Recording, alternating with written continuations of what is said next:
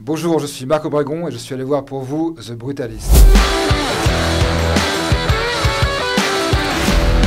Alors The Brutalist, c'est typique d'un certain cinéma américain. On pourrait appeler le néo-cinéma d'auteur. C'est une génération née dans les années 80 qui était biberonnée à Cimino, à Coppola, à Sergio Leone et qui bégaye un peu consciencieusement son petit Reader's Digest du cinéma des années 70, du nouvel Hollywood.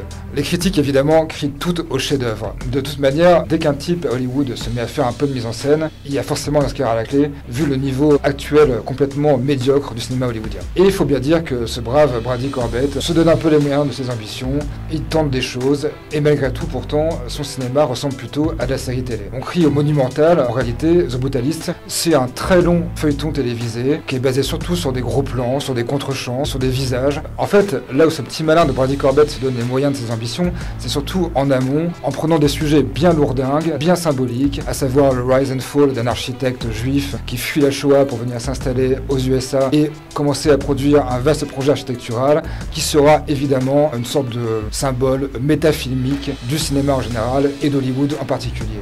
Alors, c'est un sujet qui a été vu, rebattu, et Brady Corbet, malheureusement, ne se pose jamais la question de savoir pourquoi il filme ce sujet à notre époque. C'est un peu ce qu'on pourrait approcher à tous ces cinéastes, à toute cette néo-nouvelle vague hollywoodienne, qui en fait se contente d'empiler les références sans jamais interroger ni le style ni leur scénario. En fait, la grande esbrouffe de ce néo-cinéma d'auteur hollywoodien, c'est que ce sont davantage des cinéphiles que des cinéastes. Le résultat, c'est ce genre de film très figé, très bavard, très prétentieux, grandiloquent, qui n'a quasiment rien à dire sur notre époque, à part finalement que le cinéma hollywoodien est définitivement un cinéma mort-vivant.